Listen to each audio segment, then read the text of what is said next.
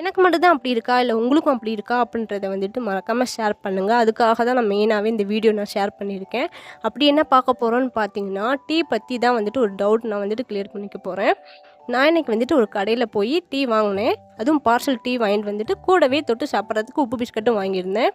இந்த 2ஓட காம்பினேஷனுமே ரொம்ப நல்லாயிருக்கும். டீல வந்துட்டு உப்பு பிஸ்கட் சாப்பிட்றது வந்துட்டு ரொம்பவே ஃபேவரட்டான ஒன்று. இதில என்ன இருக்குது அப்படின்னு கேட்டிங்கன்னா, நான் இன்றைக்கி வந்துட்டு வாங்கின டீக்கு இந்த கடையில் வாங்கின உப்பு பிஸ்கட்டும் வந்துட்டு சாப்பிட்றப்ப எனக்கு வந்துட்டு நல்லா இருந்துச்சு. இதுவே நம்ம வந்துட்டு டீ கடையில் உப்பு பிஸ்கட்டும் வீட்டில் போடுற டீக்கும் வந்துட்டு தொட்டு சாப்பிட்றப்ப எனக்கு வந்துட்டு பெர்ஃபெக்டாக ஃபீல் ஆகலை. உங்களுக்கும் அந்த மாதிரி தோணியிருக்கா இல்லையா அப்படின்ட்டு வந்துட்டு கமெண்ட் பண்ணுங்கள்.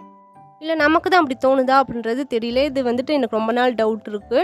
நான் வந்துட்டு எப்போவுமே வெளியே போனால் டீ வாங்கி குடிக்கிறது வந்துட்டு எப்போவுமே வழக்கமாக வச்சுப்பேன். ஏன்னா எனக்கு வந்துட்டு டீனா அவ்வளோ பிடிக்கும். டீ லவர்னு கூட சொல்லலாம்.